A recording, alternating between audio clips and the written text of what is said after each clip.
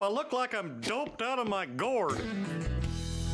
In the Texas town of Arlen, there's a wide range of intellect to be found, from those who are a bit naive and easy to trick to the cleverest and wisest of the bunch. In terms of everyday smarts, who in the Rainey Street neighborhood shines at the top of the class, and who needs a few extra lessons? I'm Keefe Nosy with Wicked Binge, and this is King of the Hill characters, dumb to brilliant. With this list, we're mostly going to be focusing on the main characters of King of the Hill, so no minor or bit characters. With that said, let's get started. As always, we're going to be starting with the not-so-bright category, looking at the characters who could easily be classified as dumb or incredibly naive to the point of almost being a danger to themselves. At the top of this tier, we have Cotton's wife, Dee Dee.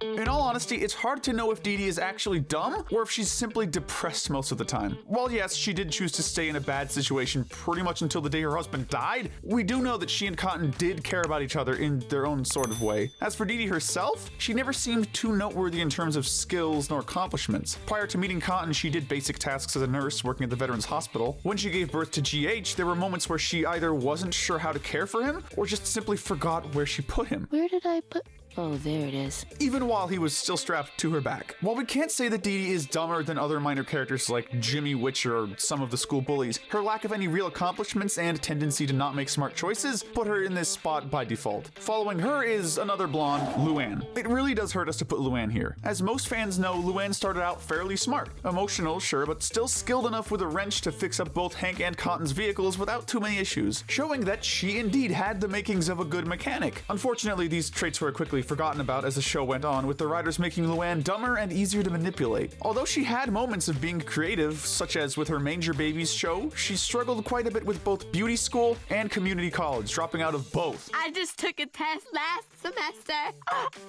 She knows just enough to eventually become a barber, but that's about it. She can be incredibly absent-minded and more often than not, lets her emotions drive her more than well-thought-out plans or goals. Funnily enough, Luann's husband, Lucky, is going to be ranked right above her. Much like Dee Dee, it's hard to know Lucky's true intelligence. Is he really as dumb as he sometimes comes off as, often being seen as fairly oblivious and easily trusting? Or is he simply happy enough with where he is in life, to the point where he doesn't try to achieve more? When Peggy was trying to help him earn his GED, Lucky proved to actually know quite a bit of the material already, leading to Peggy being forced to sabotage him. Lucky was also savvy enough to sue Costco, earning him his famous settlement and his nickname. By God, I got me a $53,000 settlement. Outside of these instances, however, Lucky doesn't come off as all too bright. He can also be just as easily manipulated as Luann can be at times, so it makes sense that they'd be ranked right next to each other. We will give Lucky some credit though, as shown by the episode Strangeness on a Train. The guy's pretty great at solving mysteries. Next up, we have the first of our Rainey Street 4, Bill. This is another character whose intelligence is often influenced, or in some cases counteracted,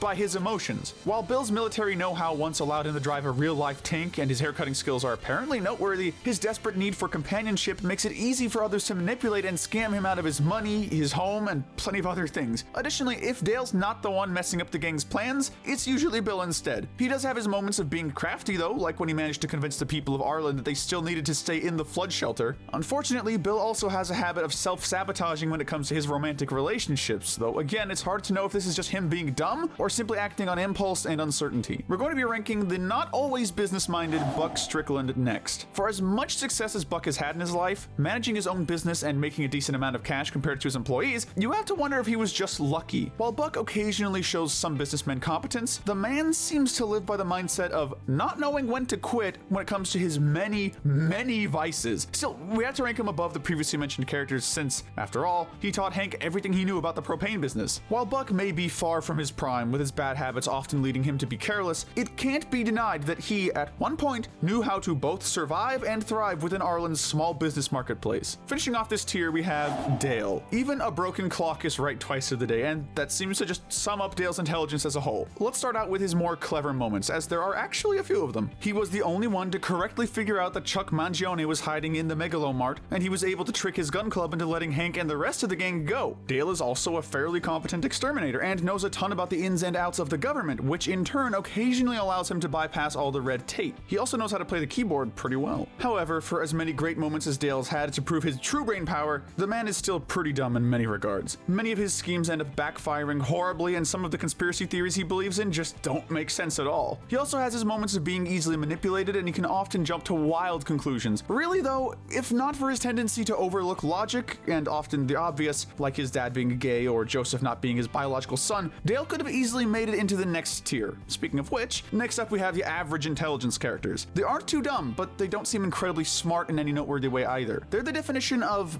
B and C students. Starting things off here, we're going to be ranking Cotton Hill. Being a soldier and later a colonel, it seems reasonable to think that Cotton would have quite a bit of survival skills that helped him live as long as he did. Although some may underestimate him due to how elderly he now is, Cotton's had moments where he showed how he could still be a force to be reckoned with. After all, it was Cotton who figured out that it was Khan and Min who were sneaking into the Hill's house and messing with their things. I can smell it on this pillow. Now, confess. He also knew how to inspire Peggy while he was helping her with her physical therapy. Unfortunately, we're still unsure how Cotton ranks on a traditional academic level. He's been known to mix up dates and get details wrong when recounting some of his stories. He was also easily manipulated into getting a timeshare, although we could argue that this was more due to his pride than any lack of intelligence. Overall, while Cotton may have a decent amount of street smarts, we can't rank him any higher. Following him, we have John Redcorn. Although most only know him as a ladies' man, John Redcorn does have quite a few of his own skills. He's well versed in his tribe's culture and traditions, making him incredibly informative. During the times where he's actually doing his job and not hooking up with his clients, he's also shown to be skilled as a massage therapist and new age healer. His talents as a musician are also noteworthy, even if it took him a bit to find a sound that worked for him. Outside of these niches, we feel like John Redcorn has average to slightly above average intelligence. He does lack knowledge in some fields like government bureaucracy, hence why he needed Dale to help him get some of his tribe's land back. Redcorn was also easily scammed by false Native Americans, being so desperate for a place for him and his band to play that he took out a loan without making sure that casinos were even legal in Texas. That land is in Texas, where there is no Indian gaming. Regardless of his morality, or lack thereof in some cases, John Redcorn often manages to be one of the more level-headed characters in Arlen. Getting back to the Hill family, we're ranking Bobby next. Although he may be just a kid, resulting in him being pretty irresponsible, naive, and even dumb at times, it can't be denied that for a 13-year-old, Bobby's got a pretty good head on his shoulders. While he doesn't excel in school, he was an asset on his school's quiz bowl team, being their pop culture expert. He's got a great eye for determining meat quality and meat judging, as shown in the series finale, and in Goodbye Normal Genes, he's shown being a natural at things like cooking and cleaning. However, because he is still a kid, it can take him a bit to catch on to things, and he can be pretty easily manipulated, such as when he unknowingly helped Connie's cousin build a meth lab and then brought it to school for the science fair. Will you be my science fair partner? In the episode No Bobby Left Behind, his teachers also felt that Bobby was dumb enough that he could easily pass as special needs. We see by the end of the episode, however, that once Bobby applied himself, he was ultimately able to pass the yearly standardized test. He may still have some growing up to do, of course, but we've got a good feeling that Bobby will take on the better and smarter parts of both his parents as he becomes an adult. Next up is the one and only Boomhauer. Speaking of level-headed, this could also easily describe Boomhauer, the most low-key of the Rainey Street gang. Though he has his moments of being careless or goofing off, like when he and Bill became obsessed with frying foods or whenever he gets caught up in one of Dale's schemes, he's never really the one who initiates any major screw-ups or bad plans. In fact, whenever Hank's not around, he's usually the one trying to give the others advice, being the first to recognize a bad plan, even if he sometimes has to be a part of it first. As contentious as it may be within the fandom, we also have to bring up Boomhauer's job as a Texas Ranger, a job that takes quite a bit of skill and competence. Additionally, he's another character who's a musician, being able to play the banjo. He's seen being good at painting in the episode Naked Ambition, and he can speak both Spanish and French. All in all, we feel like Boomhauer's almost right there with Hank in terms of being both level-headed and fairly intelligent. A bit above Bobby, we're going to be ranking his mother, Peggy, next. We're sure that many of you likely would have put Peggy a lot lower down, and to be honest, we can't completely blame you. One of the most memorable jokes with Peggy is just how terrible she is at Spanish, often mistranslating and misunderstanding even basic phrases. She was also easily tricked by a prisoner into becoming a drug mule, with her not even being able to figure it out until the prisoner flat out told her what she was doing. You're going to bring me a brick of cocaine every week. But while her ego and pride can sometimes blind her, we feel like Peggy can still be smarter than some fans give her credit for. When she puts her mind to it, Peggy can be very crafty, as seen when she snuck into the Alamo Beer boardroom and gave them the tainted beers, or when she was able to get everyone's money back from Dr. Vezosa in The Substitute Spanish Prisoner. Peggy has also been shown taking on a wide variety of jobs and occupations, from teaching and writing to running various businesses. Admittedly, these jobs also have seen a wide range of successes and failures, but her resume still isn't anything to sneeze at. So, while it can easily be said that Peggy often makes dumb mistakes and decisions, we can't exactly say she's a dumb person overall. She just leans more on book smarts in most instances. Right on the edge between average and brilliant, we have Khan. As arrogant and foolish as Khan can sometimes be, never quite being satisfied with all the great things he already has and is always striving for more, it shouldn't be too surprising to see him this high up. In terms of skills and academics, he learned enough English to make it through the immigration process, eventually becoming a systems analyst. Khan is also skilled in pencak silat, an Indonesian form of martial arts, and in Just Another Manic Kande, he gets to show off his engineering skills when he helps Hank build a super grill for the Grill Stravaganza event. But, of course, Khan has made his own dumb mistakes. When it comes to schemes, like purchasing Scrubby's car wash or when he tried to get out of sharing his half of the Mexican condo with the Hills, they often fall apart quickly. This could be due to arrogance and Khan believing that he's too smart to need to think things through. This level of pride even prompted him to reveal confidential military information to Hank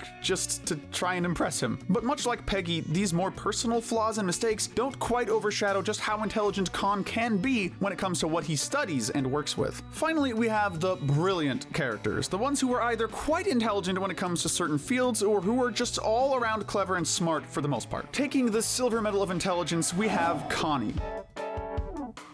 Although she's one of the younger characters and, like Bobby, still has her own kid tendencies, Connie's proven to be one of the smartest characters on Rainey Street, even outshining her father when it comes to academics. She's incredibly intelligent as well as patient, still being able to excel in her studies even when everything around her is less than ideal, such as when her parents decided to live the hillbilly life by partying all the time. While she may have been originally pushed into being an overachieving student, it's shown that she does genuinely enjoy some fields of study and that she's naturally gifted when it comes to both academics and music, namely the violin. Additionally, out of the three Rainey Street kids, Connie is usually shown to be more logical than Bobby and Joseph, with there only being a couple instances when she's either been led into or actively chose to make bad decisions. Ironically enough, the only area where she's lacking is in her family's native tongue, as it's been shown that Connie is unable to speak nor understand much Laotian. However, given that this is often the case with many second-generation immigrants, we won't dock her too many points for this. Finally, our gold medal of intelligence is going to Hank Hill. While Connie may be the most book-smart character, Hank is the character with the most common sense and, more often than not, is the guy with the best advice to give. You don't just get money because you ask for it. We say often and not always, since being a guy who can be, let's just say, old-fashioned, to put it politely, he can sometimes be dismissive or unobservant of the new and unfamiliar, causing him to occasionally come off as naive. Do I look like I know what a JPEG is? You know. But when he's in his element, either while being an assistant manager or while trying to be a good neighbor and friend, Hank is really able to show off his true brilliance.